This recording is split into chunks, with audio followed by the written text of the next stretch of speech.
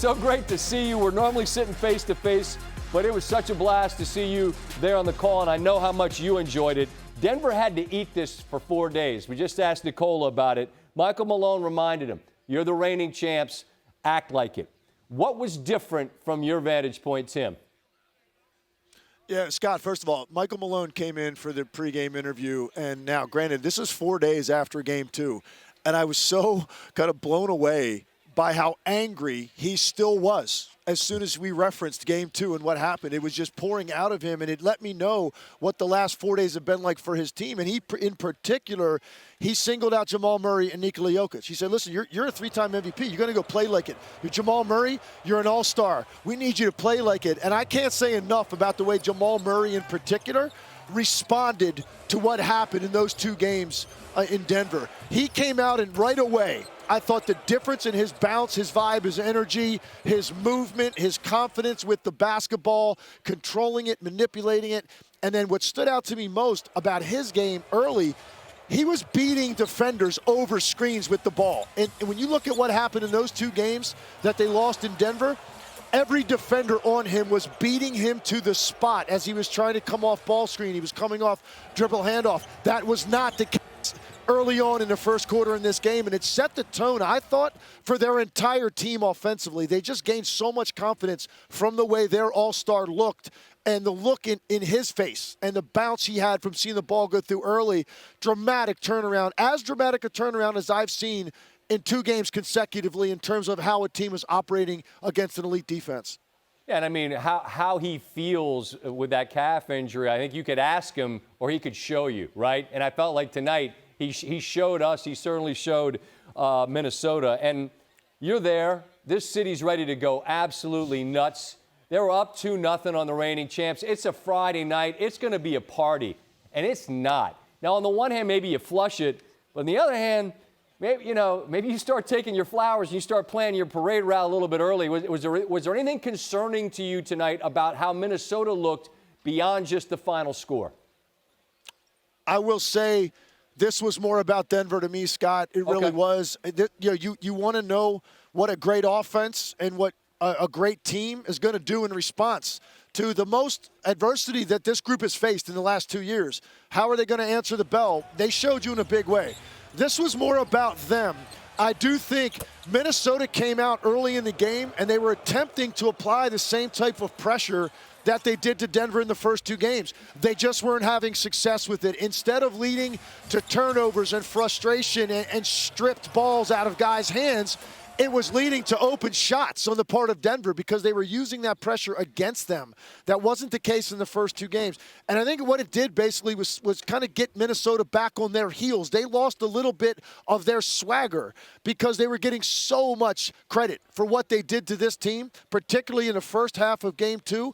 I think they expected that to happen again, and it didn't at all. And it didn't have a counterpunch tonight for that. But I actually think when they go look at the film, I think they're going to be more concerned about what their offense looked like than what their defense looked like because Denver's going to do things offensively. They're too good of a team. You're not shutting their water off every game the way that you did in those 2. Chris Finch even alluded to that before the game.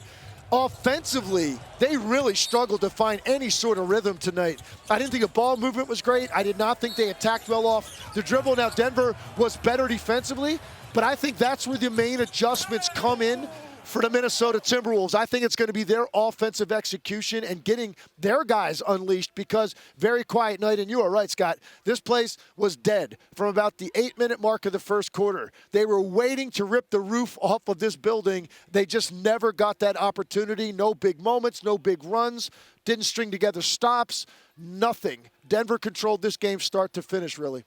It's really an interesting chance and an opportunity now for Anthony Edwards, who we are all so enamored with for reasons that are obvious. We've talked so much, and you did on the broadcast with Mark, about his leadership at the age of 22. Isn't now really the opportunity to lead? I mean, when you're beating the crap out of everybody, it's all cake and ice cream. Now you really get a chance to lead. You heard him say, hey, it's a series. You saw him with a smile on his face, right? Like, you can really lead now, can't you? Yeah, no question. And that's going to be the key here going into Sunday and the response. Now, the one advantage that Denver had after that embarrassing loss in Game 2, They had 4 days to make adjustments and prepare for how they were going to get this pressure off of their ball handlers, their shooters, the guys that were trying to just catch entry passes. How do you create space? That was their 4 days of adjustment. Minnesota doesn't have as much ready. So this is going to be a lot about these young legs and this elite level pressure defense. How do they respond in that game? How do they get going offensively? Anthony Edwards now has an opportunity to answer that bell in a similar way to what Jamal Murray and Nikola Jokic and the Denver Nuggets did tonight. I thought he was dead on in reminding his team, this is one loss. We need to compartmentalize it as such. Leave it here, and let's get ready to try to take control of the series by going up 3-1 if they can get a victory in this second home game on Sunday. And we'll hear from him a little bit later on this show. Before we let you go, when we watch these games together here in D.C., halftime's as big a deal as anything. I was hoping maybe it were Red Panda night. Instead, it was Scooby. You got to see that little weasel right there in the front row. You say best pound-for-pound dog in the halftime space? There's no question about it. And I went to the green room at halftime just to get a snack. I'm coming back. I didn't know what the halftime act was. I look over. I see Scooby doing his thing. You should have seen the smile on my face. I immediately grabbed my phone, had to videotape it. I've never met Scooby. I've never been this close to Scooby. I saw his act on AGT. I know what he's all about. He put on a show tonight.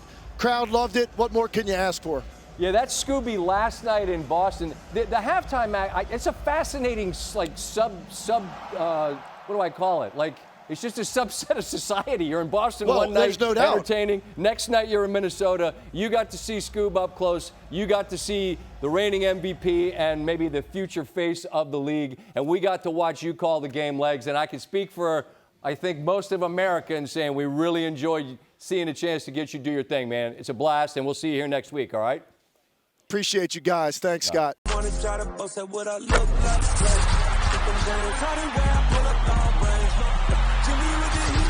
fire. It's 88 over here.